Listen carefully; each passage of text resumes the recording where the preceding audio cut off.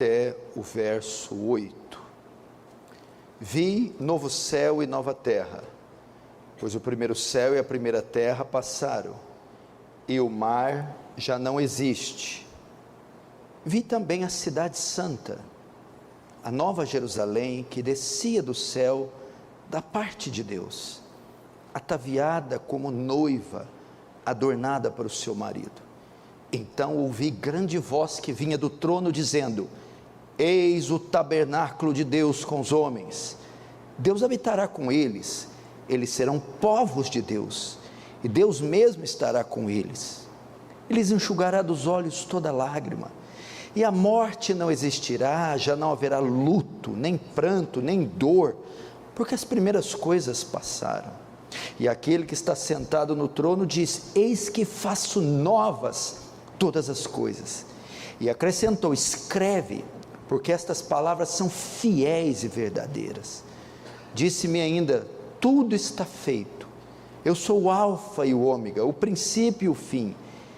Eu, a quem tem sede, darei de graça da fonte da água da vida. O vencedor herdará todas estas coisas, e eu lhe serei Deus, e ele me será filho.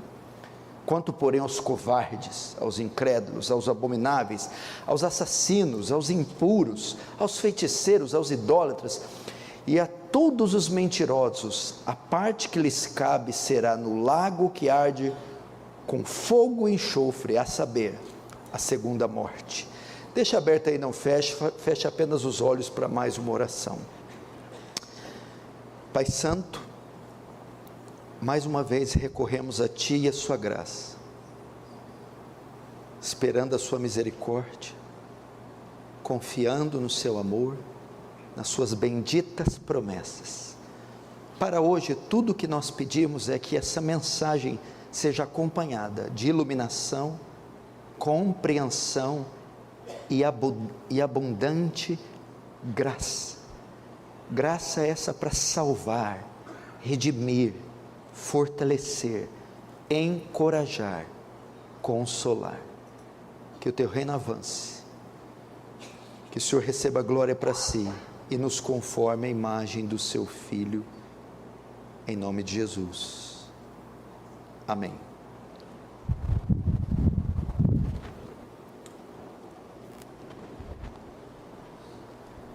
Irmãos, nós retornamos à série de exposições no livro de Apocalipse. Preste muita atenção, como eu sempre peço. Se você quer extrair o melhor das Escrituras, quando você está lendo, ou quando você está em um culto, o fator fundamental é que haja reverência, porque essas palavras são sagradas, santas, foram escritas por um Deus santo, e elas só podem ser compreendidas com reverência, temor e tremor, de modo que uma pessoa carnal, irreverente, inconsequente, fará pouco proveito, assim como porcos não veem valor nenhum às pérolas, assim também pessoas sem temor e reverência não conseguirão ver o valor aqui contido. Hoje nós chegamos na 30ª pregação de Apocalipse. Nessa série de exposições que iniciamos o ano passado, hoje, essa pregação é de número 30. O Apocalipse, como eu já tenho dito aqui, ele se divide em ciclos e sessões. São 7 sessões paralelas que contam e recontam a mesma história, contam fatos que vão da primeira à segunda vinda de Cristo. Nós estamos exatamente na última sessão, no último ciclo, no 7º ciclo, e hoje trataremos de um assunto muito importante: novos céus e nova terra, ou novo céu e a nova terra. Depois do julgamento final que nós vimos na última mensagem, Apocalipse 20, João mostra agora uma imagem de um mundo radicalmente diferente do nosso mundo presente. A antiga ordem, a antiga criação passou, e agora todas as coisas são novas. João apresenta em Apocalipse 21 o início de um novo mundo, de um novo universo, de um novo cosmos, de uma nova era. Deus já limpou e colocou ordem em toda a sua criação, para preparar agora uma nova criação livre de todo mal. Ele começa a limpeza banindo o diabo da terra, vimos isso nas pregações anteriores. Quando ele condena o último inimigo, ele cai e é lançado no lago de fogo. Prosseguindo com a purificação do universo, ele bane seu outro inimigo, o homem, os ímpios, e os condena também ao inferno. Agora a criação está livre da corrupção e do pecado trazido pelo vil homem. Por fim, ele destrói o último inimigo de Deus e dos homens, que corrompeu toda a ordem da criação, a morte. Aqui nesse momento, Deus já julgou e destruiu todos eles: o diabo, a besta, o homem, a morte e o inferno. Foram banidos para sempre da criação e lançados no lago que arde como fogo e enxofre, a segunda morte. Ok? E aqui nós já aprendemos um primeiro princípio a título de introdução. Preste atenção, porque o Apocalipse, diferente que os nossos avós e bisavós, principalmente de linha pentecostal, ensinaram, não é um livro de terror, de horror, porque não se sabia interpretar o Apocalipse muitos anos atrás. Pelo contrário, é um livro enviado às 7 igrejas da Ásia para trazer consolo, conforto, em meio à ardente perseguição sobre a liderança de Roma. E aqui nós aprendemos que o mal nunca prevalece sobre o bem, que o mal nunca triunfa sobre o bem, que no final todo o mal será derrotado, aniquilado, destruído. Nós aprendemos que a igreja e o justo sempre prevalecerão. Por isso, irmãos, animem-se. Eu estou antecipando o final da história a você. Como eu disse na oração, estamos vivendo o que os teólogos chamam de o já e o ainda não. Já estamos salvos, mas ainda não glorificados. Já somos filhos de Deus, mas ainda não moramos com Deus. Já desfrutamos do reino, mas ainda não da totalidade do reino. É o já, mas o ainda não. Portanto, é para você se alegrar. João está mostrando aqui no 21 que acabaram-se, foram destruídos, derrotados, tudo aquilo que afligia a criação e o povo de Deus. Por mais que eles sejam poderosos, numerosos, por mais que eles sejam ferozes, no final nenhum deles ficará de pé. A Babilônia, a besta do mar, a besta da terra, o dragão, a morte, o pecado, tudo isso será lançado no lago de fogo. A vida eterna, até então, não podia ser experimentada antes que todos estes inimigos fossem banidos do universo. E João, no capítulo 21, mostra que eles foram banidos. Feito isso, purificado o universo, agora o caminho está aberto para um novo mundo, ou melhor, para um novo céu e uma nova terra. E é isso que trataremos hoje.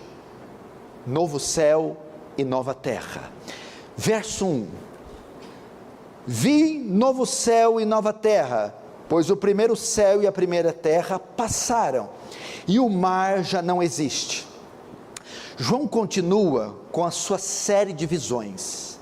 O Apocalipse são visões que Deus deu a João, o único e último membro do colégio apostólico vivo. Ele está preso em uma ilha chamada Patmos. Era uma ilha onde Roma enviava prisioneiros, os inimigos do Estado. João estava lá, com 90 anos aproximadamente. Então Deus toma João em visões e pede para ele registrar cada capítulo, cada sessão de visões. É Deus mostrando a João as coisas que aconteceram e que acontecerão. Então João continua, e agora ele vê um novo mundo, que ele chama de novo céu e nova terra. Aqui nós aprendemos alguns princípios, presta atenção. Primeiro, quando João diz novo céu e nova terra, isso não significa a destruição total deste céu e dessa terra, não significa a destruição total desta ordem, a fim de iniciar outra ordem a partir do zero. Quando temos a ideia de um céu, um novo céu, não é a destruição, a aniquilação desse céu e dessa terra. Lembra que no capítulo 20, Deus está purificando o universo? Deus está purificando e não destruindo ele. Quando João diz ver um novo céu e nova terra, é que Deus vai renovar esta criação, e vai criar a partir deste céu e desta terra, um novo céu e uma nova terra. No grego, a palavra usada aponta para um novo e não um outro. João não vê um outro céu e a outra terra, uma outra criação. João vê uma nova, uma renovada. Serão os mesmos céus e a mesma terra, só que agora sem a mancha do pecado, sem o mal, sem a morte, mas algo totalmente restaurado. Não será aniquilação, e sim renovação. No Antigo Testamento, Deus já fez isso. Ele renovou a criação e a purificou do pecado. E qual elemento que ele usou? Água. Com o dilúvio ele varreu a iniquidade e começou uma nova ordem. Agora, no novo céu e nova terra, na renovação, ele não vai usar água, ele vai usar fogo.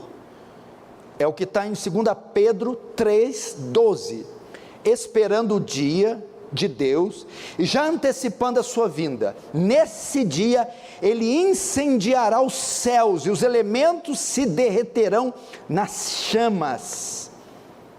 É como se ele pegasse com fogo e purificasse, ficasse só o esqueleto, e dessa sobra da purificação, desse esqueleto, ele então constituísse a partir disso, um novo céu e uma nova terra.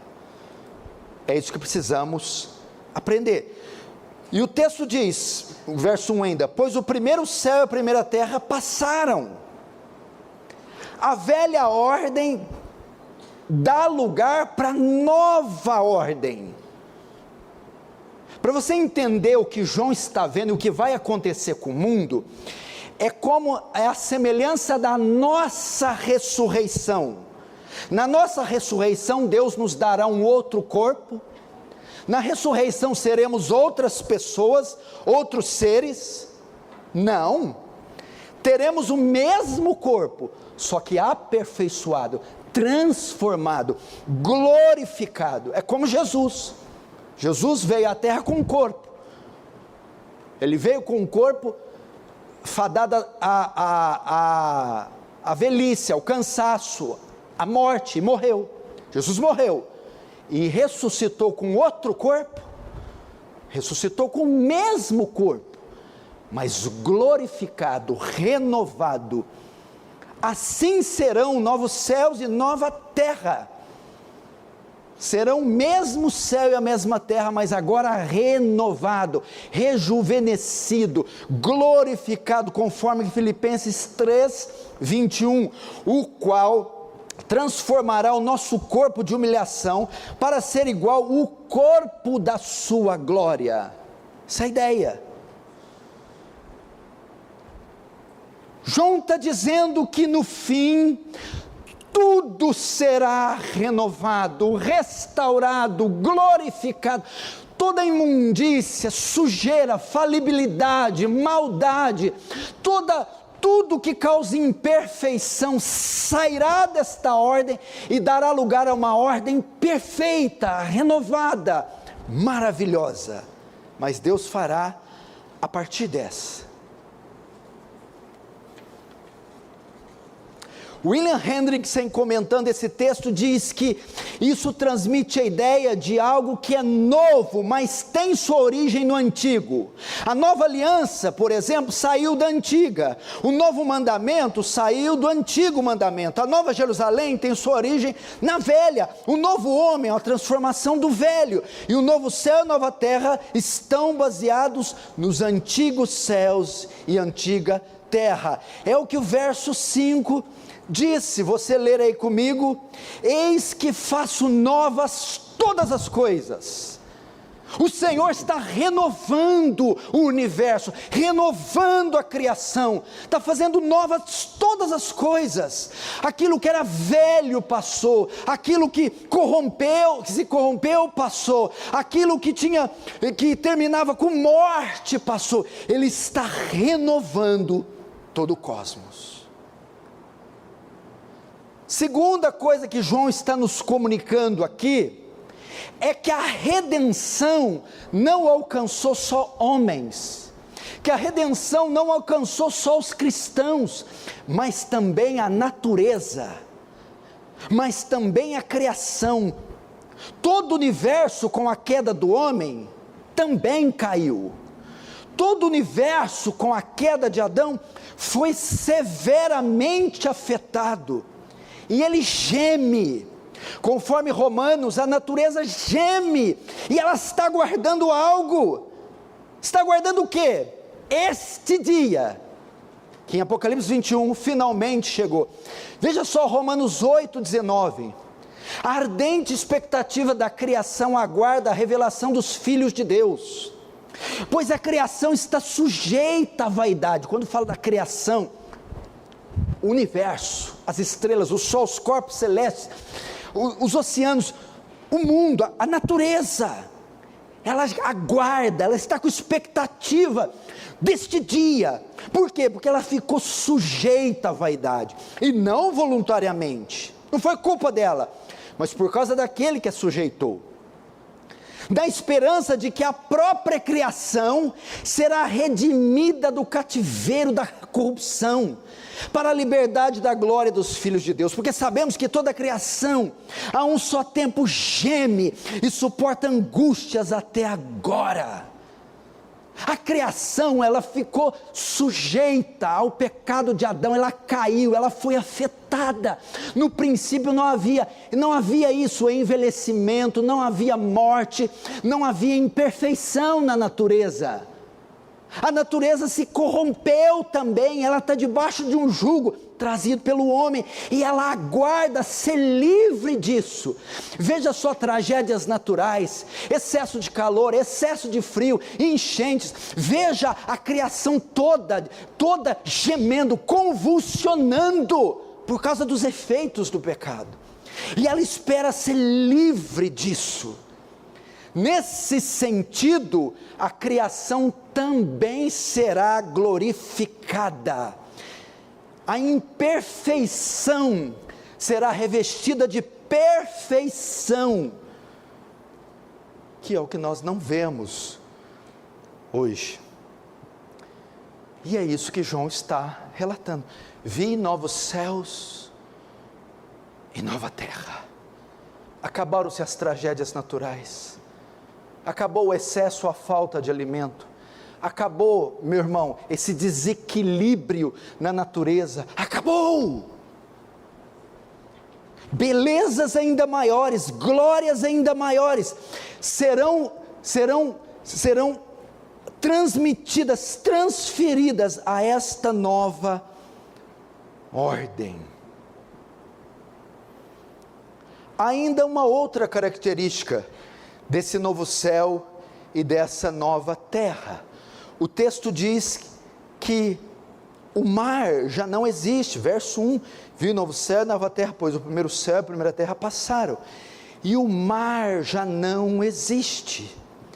Poxa, pastor, eu que vim do litoral, fico tão desapontado quando eu vejo esse texto. Que pena, não vai existir a beleza dos mares. Principalmente que eu que vim do Rio de Janeiro, não vai ter mar, não vai ter mar, não vai ter lugar para surfista no céu. Tu não vai pegar uma marolinha no céu, meu irmão. Muita gente fica desapontada. Deixa eu te dizer, Apocalipse é simbólico, não é literal. João não está dizendo que não vai haver mar, literalmente. Isso é um símbolo para dizer que no novo céu e nova terra não vai haver o quê? O que os mares representavam na época de João, e o que os mares ainda representam para nós, e que os mares representam no Apocalipse. Quando diz que o mar não existirá no novo céu e nova terra, é que não haverá inquietação, turbulência, conflitos. Você se lembra em Apocalipse 13, de onde a besta de 10 chifres e 7 cabeças surge? Ela surge do mar, ela surge do meio dos povos, da ideia de conflitos, de guerras, da ideia de inquietação, turbulência. João está dizendo, em novos céus e nova terra, não há lugar para conflito, não há guerra, não há insurgência, não há perturbação, não há inquietação. Não só isso, Isaías 57:20 diz, mas os perversos são como o mar agitado, que não se pode aquietar, cujas águas lançam de si lama e lodo. Mar também dá a ideia de contaminação, sujeira, impureza, imundícia. João está mostrando que no novo céu e nova terra não haverá impureza, não haverá imoralidade, sujeira, imundícia. No novo céu e nova terra não haverá conflitos, lá é um lugar de paz, onde reina a paz e a justiça. No novo céu e nova terra não haverá impureza, lá é um lugar de santidade, nada manchado entra, nenhuma ruga, nenhuma mancha, nada que é imundo, nada que é vil, nada que é mal, não haverá um resquício de maldade, um resquício de impureza, um olhar capcioso, um pensamento impuro, uma palavra de duplo sentido, um gesto obsceno. Não haverá isso no céu. Não haverá uma contenda no céu, um distrato no céu, desrespeito no céu, uma ameaça no céu. Não vai haver isso, não vai haver perigo no céu, ninguém no céu estará inseguro, não haverá um lugar de paz total, nenhum povo guerreando contra o povo, nenhum homem contra o homem, nenhum irmão contra o irmão. Não haverá nenhum tipo de desentendimento, de conflito, não haverá nenhuma desavença, nenhuma intriga, nenhuma injúria, nenhum pouco caso, nenhuma falsidade, nenhuma calúnia, nenhuma difamação. Não vai haver nada disso. nada. E o mar também, João quer reportar para outra coisa.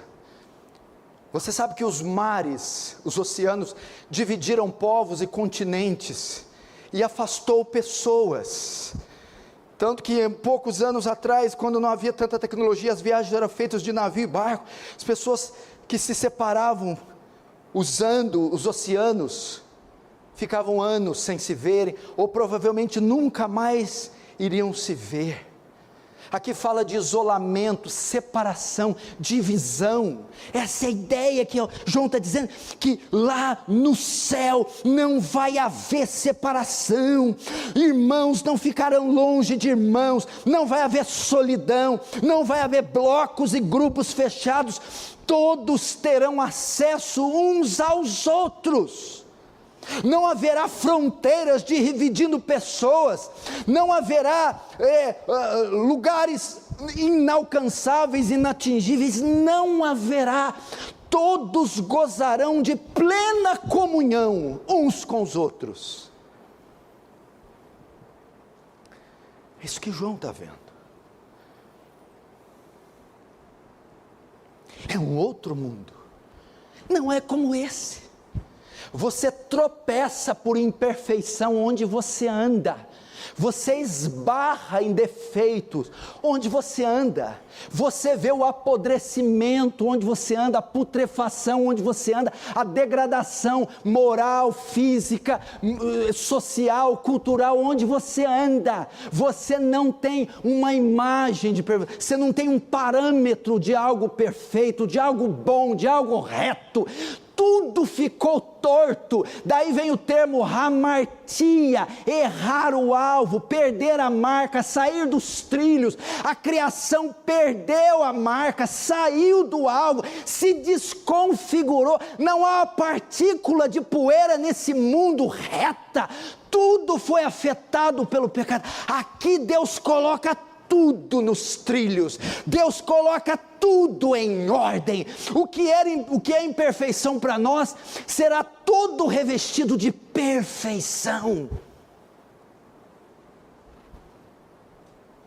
Pense, o que para nós hoje a nossa realidade é tropeçar em perfeição, no céu será tropeçar em perfeição, a ausência de defeito, a ausência de mácula, a ausência de erro, a ausência de desequilíbrio, plena perfeição. É uma nova ordem, jamais vista, e que por mais que eu me esforce, eu não conseguirei descrever. Como é que pode um homem finito, imperfeito, descrever algo infinito e perfeito? Impossível. Eu só te dou sombras, flashes.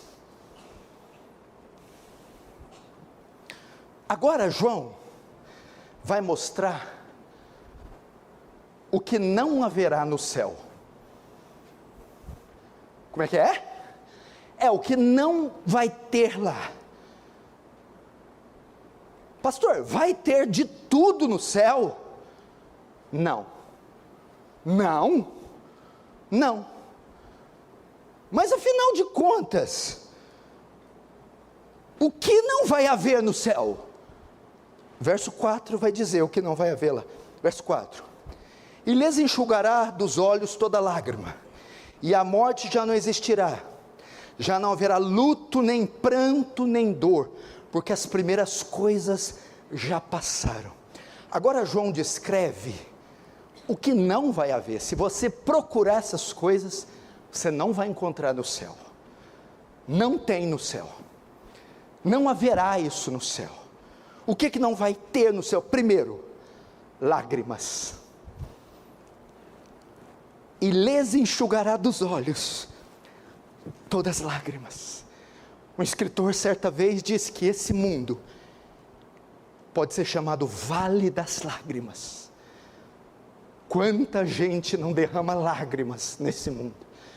Quantos de vocês não derramaram lágrimas ao longo da vida de vocês? Quantos não derramam? Lágrimas é sinônimo de tristeza, angústia, decepção, dor, solidão. Quantas foram as causas? Ver lá um filho, ver lá um pai, sofrer perdas, agressão, tanta coisa, mas lá no céu toda tristeza acabará, não haverá nenhuma tragédia que é a causa das lágrimas, nem o mal que leva ao choro. O texto diz, não haverá, Deus enxugará a lágrima e não haverá pranto. Pranto e lágrima tem diferença. Lágrima é o choro, o pranto é o grito com choro. É mais que isso, o pranto é o desespero. Meu Deus, você vê os noticiários, você vê as pessoas desesperadas por um emprego, desesperadas na fila de um hospital, desesperadas por comida para os seus filhos, desesperadas com assaltantes, bandidos, desesperadas com dor e sofrimento. Lá não vai haver. Cessou toda tristeza, cessou o mal, acabou o desespero. Assim como uma mãe pega o lenço, enxuga as lágrimas no rostinho do seu filho, Deus enxugará todas as nossas lágrimas. Diferente da mãe, que vai enxugar, vez após vez, constantemente. Aqui, Deus vai enxugar, uma só vez, para nunca mais enxugar de novo. Acabou. Segundo, o que não vai haver lá? Lutos. Luto. O que é luto? É um sentimento de tristeza profunda pela morte de alguém. No céu, acabaram-se os velórios. Ninguém vai sentir o cheiro daquelas flores, ver a luz daquelas velas. Ninguém verá um caixão e um corpo inerte coberto com véu. Ninguém vai seguir mais um cortejo fúnebre. Ninguém vai ver lá uma mãe mais, um pai mais, um filho, um amigo. Acabou-se o luto. Acabou. E por quê? Por causa da outra coisa que não haverá lá. Não haverá morte. O texto diz, a morte já não existirá. Lembra no texto anterior que a morte foi destruída. Por que não haverá mais luto? Porque não haverá mais morte. Ninguém vai correr o risco de viajar e não voltar mais. Ninguém vai pegar uma doença contagiosa e perder a vida. Ninguém vai ser entubado, ninguém vai ficar em coma, ninguém vai ficar em UTI entre a vida e a morte e ter a notícia de que ele não aguentou e faleceu. Não haverá morte. Acabou. Rodovias, estradas, acidentes, assaltos à mão armada, infartos, derrames. Meu Deus, que tristeza! Não vai haver morte. E você pode ouvir aquele cântico de Paulo, que faz eco com isso aqui. Na verdade, nem todos nós dormiremos. 1 Coríntios, capítulo 15, verso 51.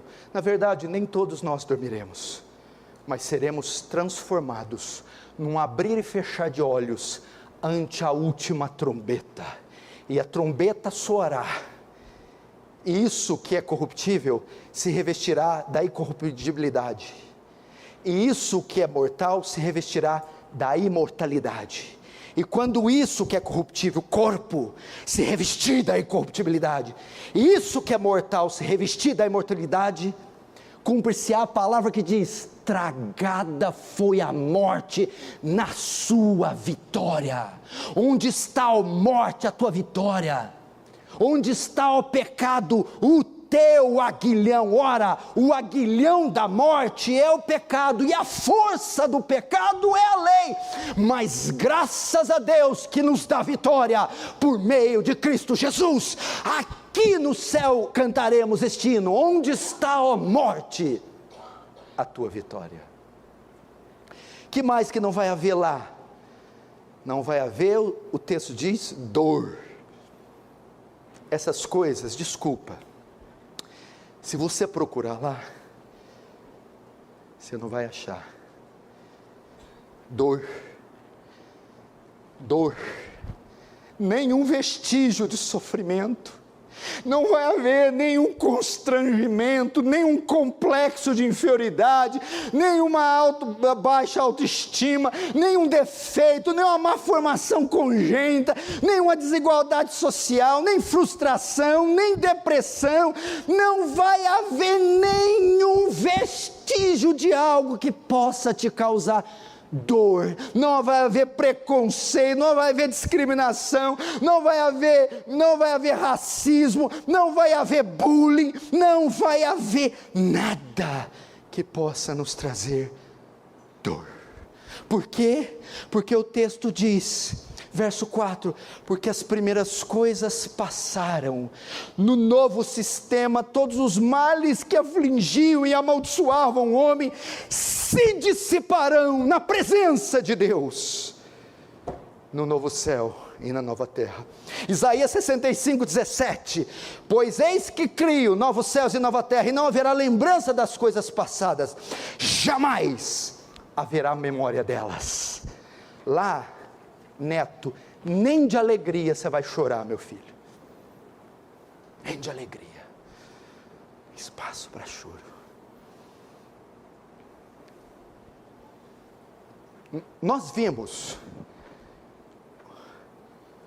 o que não vai haver lá, agora veremos quem não vai entrar lá, quem vai ficar de fora de lá. Vamos ver? Verso 8. Quanto porém aos covardes, aos incrédulos, aos abomináveis, aos assassinos, aos impuros, aos feiticeiros, aos idólatras e a todos os mentirosos, a parte que lhes cabe será no lago que arde como fogo e enxofre, a saber, a segunda morte. Olha para cá, o que João está mostrando aqui? Novo céu e nova terra. Que jeito que é esse lugar? Perfeito, perfeito, não vai haver nada de mal. Mas, porém, entretanto, é todo mundo que entra lá? Todos têm direitos de habitar lá? Não. João agora lista diversas categorias de pessoas que não terão acesso à árvore da vida e que Deus não chamará de filho. Vamos ver então as categorias. São 8 categorias de pessoas que não vão entrar lá. Primeiro, verso 8, os covardes. Covardes também aqui é a mesma palavra para tímidos.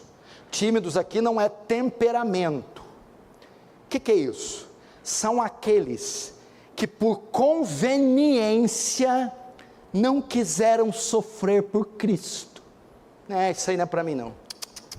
Eu ser perseguido, eu frequentar a igreja, eu ter compromisso, eles são covardes, nunca assumiram sua posição em Cristo, nunca se decidiram para o batismo, nunca se tornaram membros de uma igreja, nunca assumiram publicamente a sua fé, são aqueles simpatizantes. Eu só acompanho a minha mulher, mas o senhor? Não, eu não quero nada com nada não, só acompanho.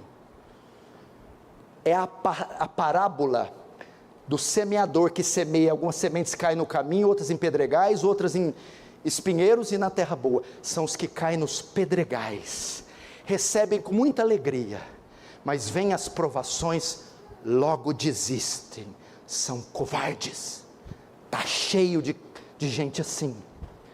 Esses não vão entrar, esses que não tomaram a cruz, e que ousada e destemidamente professaram a sua fé em público, mesmo em face a ameaças, não entrarão. Segundo, os incrédulos. Quem são esses? Os céticos, os agnósticos, os ateus. Simplesmente rejeitaram a ideia de um Deus soberano, rejeitaram a ideia de Deus ter uma palavra e mandamentos a ser obedecidos. Quem mais são os incrédulos? Os desviados, os infiéis, os traidores, que não ficaram firmes nas suas convicções. São incrédulos. No fundo eles não acreditavam de verdade em Deus, em Cristo, na palavra de Deus. Esses não entrarão. Terceiro, os abomináveis. Quem são os abomináveis? Aqueles que se afundam no pecado, aqueles que bebem iniquidade como água, aqueles que não só pecam, mas promovem o pecado, fazem apologia do pecado, são os devassos. A palavra grega aqui para abomináveis é bidilusso, que dá a ideia de mau cheiro, dá a ideia de fedor. São aquelas pessoas imundas, aquelas pessoas que fedem iniquidade, aquelas pessoas que deitam e rolam no pecado, não vão entrar. Quem mais? Os assassinos, aqueles que não têm o menor respeito à vida, aqueles que promovem o assassinato de crianças no ventre das suas mães, os homicidas, os ditadores, os genocidas, aqueles que tratam a vida como nada, não entrarão no reino dos céus. Que mais? Os impuros. Quem são os impuros? Os imergidos na perversão sexual, os sexualmente imorais. Aqui engloba todo o pecado de porneia. Porneia é uma palavra grega para se referir à imoralidade sexual, toda a ordem de pecados sexuais, toda a prática sexual fora do matrimônio. Qual outra classe? Sexto, os feiticeiros. A palavra feiticeiro no grego é pharmakoi, da onde veio a palavra farmácia. É porque as feitiçarias, e até nos dias de hoje, mas nesses dias, eram praticadas com substâncias químicas e com drogas. A ideia aqui é que todos aqueles que praticam ocultismo, magia, invocação de mortos, adivinhos, todos aqueles que mexem com espíritos, e também aqueles que estão envolvidos em drogas, não herdarão o reino dos céus. Sétimo, os idólatras, aqueles que se curvam diante de ídolos, aqueles que adoram falsos deuses. Mas ídolos não é só adorar imagens e falsos deuses, aqueles que adoram o sistema, que fazem de homens, que fazem de homens e de sistemas o Deus deles, que adoram mais a religião que Deus, mais os homens do que Deus, mais as coisas do que Deus. E oitavo, os mentirosos. Esse aqui, tem que dar o destaque. Eu acho que nenhum pecado é cometido mais nos nossos dias que esse, a mentira.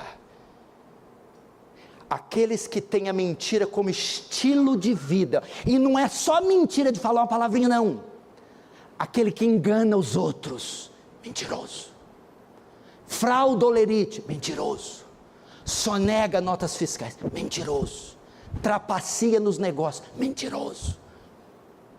Frauda atestado, mentiroso. Engana, trapacia. Balança enganosa é abominação para o Senhor, está escrito. Aquele que dá jeitinho brasileiro, aquele que burla as contas para não pagar, aquele que faz falcatrua, tudo isso é mentira. Aquele que tem um horário e não cumpre o horário, mentira. Tudo que é contrário à verdade, vai para o céu não. Porque lá no dia do julgamento, Deus vai pegar a saia do mentiroso, e vai levantar e não vai ter jeito de esconder. Jesus falou: seja sua palavra sim, sim e não, não. O que passar disso vem de procedência maligna. Esses não habitarão no novo céu e nova terra. Ah, pastor, coitados, eles vão ficar sem casa? Não, tem uma casinha para eles, casinha quentinha para eles. Tem uma casinha. Até onde que eles vão habitar? Verso 8, parte C. A parte que lhes cabe será no lago que arde com fogo e enxofre, a saber, a segunda morte. Deus enviará para o lago de fogo, junto com outros pecadores. Estes serão banidos para sempre da presença de Deus, e sofrerão a segunda morte. Não se engane.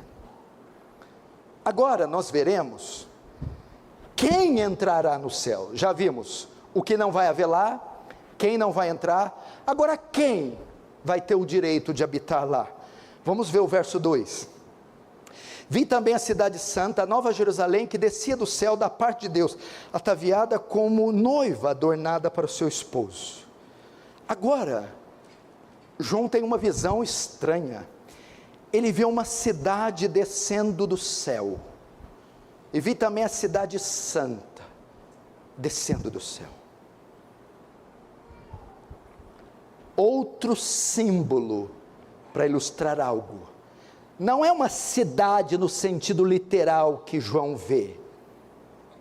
O que João vê descendo do céu é a igreja, são os habitantes do céu, é o povo de Deus que João está vendo, são os remidos de todos os séculos, de todas as épocas. E João usa 3 figuras para se referir à igreja, aí no verso 2, cidade santa, Nova Jerusalém e noiva. Estes são os habitantes do céu. A cidade santa se referia à cidade de Jerusalém, lá nessa região que está tendo conflito, onde o povo de Deus habitava. Mas aqui João a chama de a Nova Jerusalém. O que é Nova Jerusalém? Segundo Hebreus 12, 22, 23, a Nova Jerusalém não é feita de tijolos, ela não está fixa em uma região, como era a antiga Jerusalém que ficava lá na Palestina.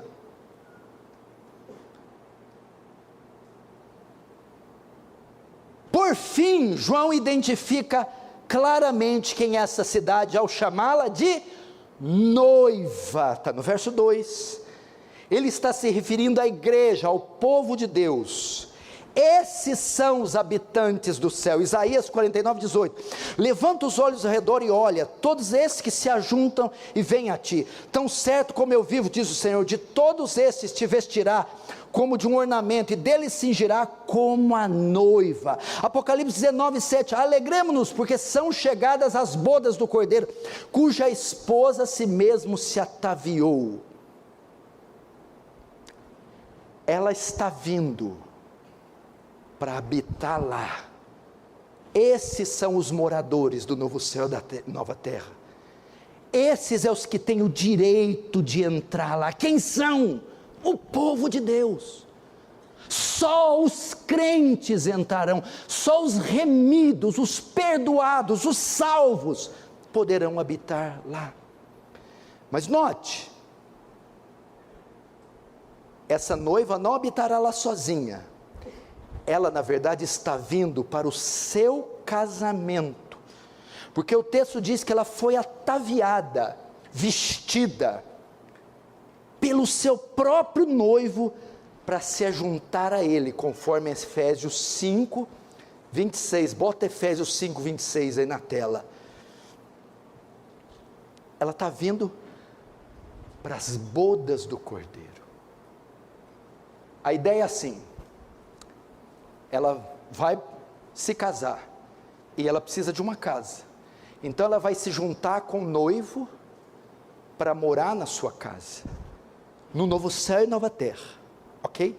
Agora nós veremos onde fica esse céu. Onde fica? Você já pensou? Pastor, se eu pegar uma nave espacial e ir furando, eu chego lá no céu, eu coço o pezinho de Deus e falo, cheguei. Onde que fica esse céu que João está descrevendo? Verso 3, então ouvi grande voz vinda do trono dizendo, eis o tabernáculo de Deus com os homens, Deus habitará com eles, eles serão povos de Deus e Deus mesmo estará com eles. Veja só, eles estão vindo para o encontro, vai haver um casamento entre Cristo e a igreja, por isso Cristo a salvou, tomou como a noiva, para se unir a ela, para habitar com ela. Agora que eles se encontraram, que houve as bodas do Cordeiro, onde eles habitarão? Onde que é a casa? Quem está casando aí? Quem está noiva aí? Onde você vai morar? Onde você vai habitar? João agora vai mostrar onde fica esse céu. No verso 2 e o 3 nós temos uma pista. No verso 2, João diz, vi a cidade santa, Nova Jerusalém, que descia do céu.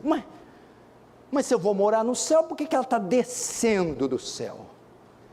Muitos pensam que a eternidade envolve só o céu. Vocês estão errados. Quando diz que nós vamos para o céu, não está dizendo só o céu onde Deus habita. A igreja desce do céu para a terra, no sentido que céu e terra estão unidos, e serão a morada da igreja. Quando João vê a igreja indo para o céu, ou estando no céu, esta terra que será renovada, se unirá ao céu, e os dois formarão uma só coisa, um só lugar, uma só criação. Não existirá separação entre céu e terra, eles serão só uma coisa. Antes, os anjos, Deus e a eternidade eram distintos da nossa terra e da nossa vida. No novo céu e na nova terra, não. Terra e céu serão uma só coisa, eles se unirão em um só lugar. Agora Miguel, Gabriel vão passear junto com a igreja, a eternidade se unirá ao nosso tempo. O tempo e o espaço que aqui estão se unirão ao tempo de Deus. O Cronos e o Kairos se fundirão, os dois, senão não haveria sentido Deus renovar essa terra. João então ouve uma grande voz do trono, olha lá, a voz é de Deus, que diz agora, que o novo céu e a nova terra, serão morada deles com Deus. Olha só, então ouvi grande voz do trono dizendo, eis o tabernáculo de Deus com os homens, Deus habitará com eles, eles serão seus povos de Deus, e Deus mesmo estará com eles. A voz é de Deus, Deus está dizendo que fará morada com eles, e ele faz menção do tabernáculo do Antigo Testamento. Em Êxodo 37, verso 26 e 27 está escrito, o meu tabernáculo estará com eles, eu serei seu Deus, eles serão meu povo. João está fazendo uso dessa passagem, presta atenção. O que era o tabernáculo? Quando Deus tira o povo do Egito, de 400 anos de escravidão, manda Moisés construir uma tenda, uma barracona grande, chamada tabernáculo, e ali tinha uma repartição, que Deus vinha com a glória dele, e assim ele podia habitar entre os filhos de Israel, enquanto eles peregrinavam no deserto. Depois essa glória foi para o templo de Salomão, a presença de Deus entre eles. No entanto, nem no deserto ou em Jerusalém, Deus e o seu povo moravam debaixo do mesmo teto, porque o tabernáculo é uma imagem de habitação num abrigo temporário. Agora aqui João vê que o seu povo está para sempre na sua presença, vivendo juntos, debaixo do mesmo teto, na mesma casa, na mesma ordem. Uau! Eu vou morar com Deus, na casa de Deus. E o texto diz, e o próprio Deus estará com ela. Esse que lembra de quê? Do nome dado a Jesus, Mateus 1:23, eis que a virgem conceberá e dará à luz a um menino, e lhe chamará Emanuel, que traduzido significa Deus conosco. O Deus conosco será uma realidade constante no céu.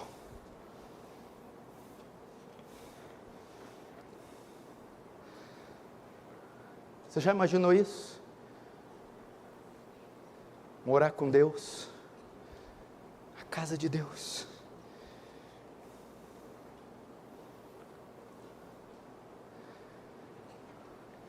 Aqui o que é para dar ideia? É a função do pregador, viu? Se a mensagem não está boa, não é culpa dela, ela é gloriosa, é culpa da nossa incompetência, porque isso aqui é diamante. A ideia é assim, ó, Juliano,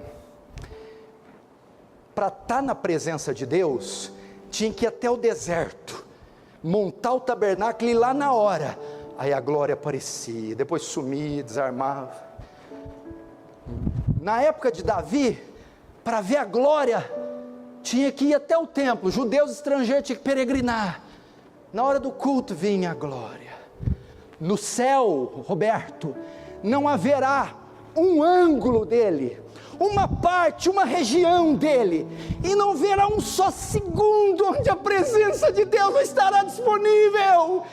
Todos os lugares haverão, todos os momentos contemplarão, pois estarão debaixo do mesmo teto, não haverá limites, limitação nenhuma para a presença de Deus.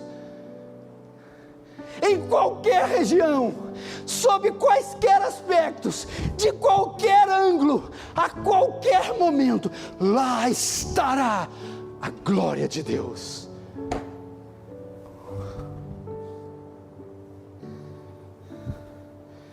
A causa da nossa morada, eu estou terminando, não fique nervoso, estou terminando. Agora a causa, como é que a gente entra lá, Wellington? Como é que você conseguiu a senha, Gustavo, para entrar lá? O que te botou lá dentro? Verso 5, aquele que está sentado no trono disse, eis que faço nova todas as coisas, e acrescentou, escreve, porque essas palavras são fiéis e verdadeiras. Disse-me ainda, tudo está feito, eu sou o alfa e o ômega, o princípio e o fim, eu a quem tem sede darei de graça da fonte da água da vida. O que João está dizendo aqui? Quando diz, tudo está feito, no verso 5, faço nova todas as coisas, no verso 6, tudo está feito.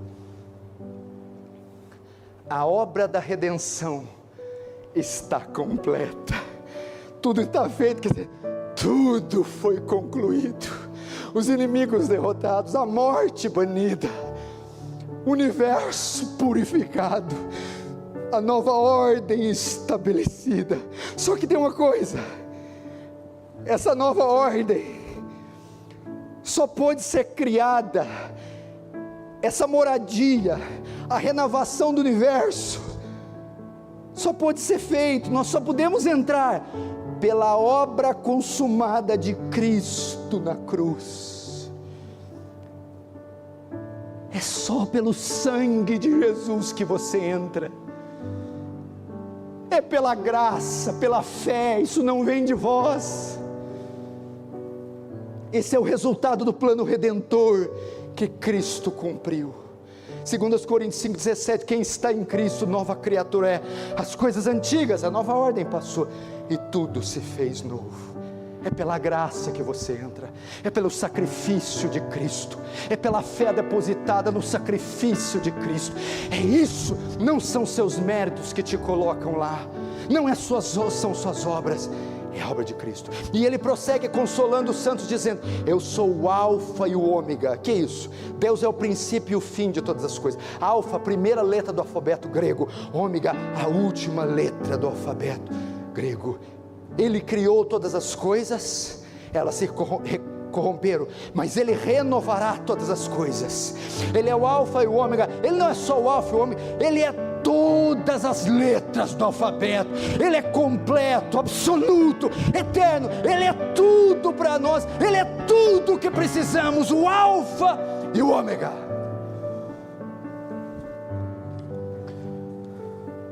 Por fim, a soberania de Deus não nos isenta da responsabilidade. Verso 7: o vencedor herdará estas coisas, e eu lhe serei Deus, e ele me será filho. Aqui aprendemos duas coisas. Primeiro, a certeza que estaremos nesse lugar, e que iremos perseverar. Temos que lutar, batalhar. Aquele que perseverar até o fim será salvo. Segundo, nosso labor será recompensado, herdará todas essas coisas.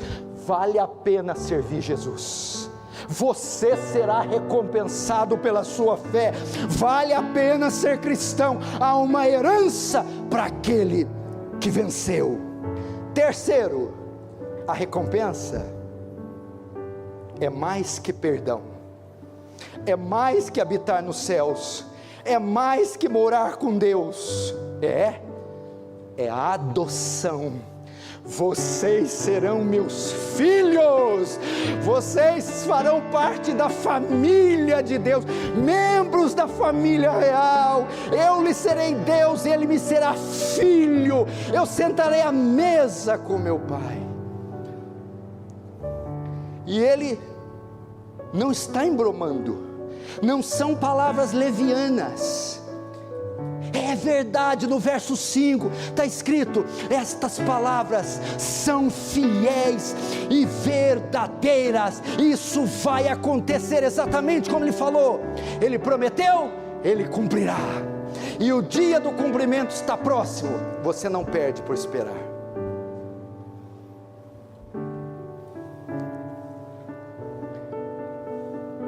Agora fim mesmo, e eu termino. Veja só o verso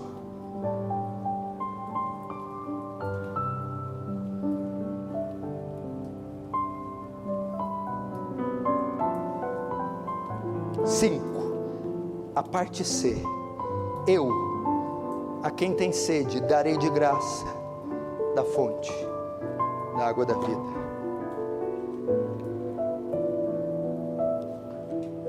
Sabe como ele termina? Como eu termino? Ele termina fazendo um convite àqueles que ainda não são deles, àqueles que querem fazer parte da nova criação. Eu, a quem tem sede, darei de graça da água da vida. A quem não tem o perdão e precisa do perdão, eu perdoarei. A quem não é salvo e precisa ser salvo, eu salvarei. Quem não entrará aqui, quem ficará de fora e quer entrar, venha.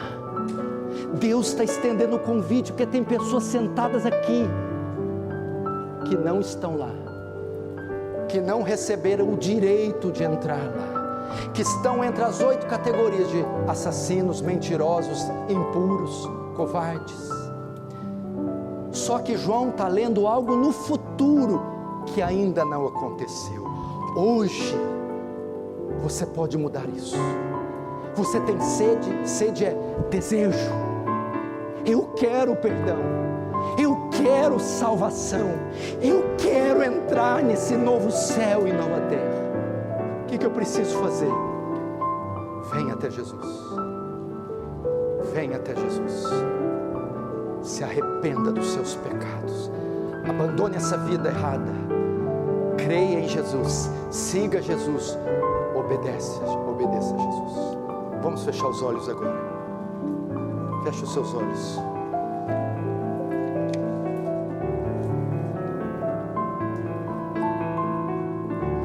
Fale com Deus agora, por favor.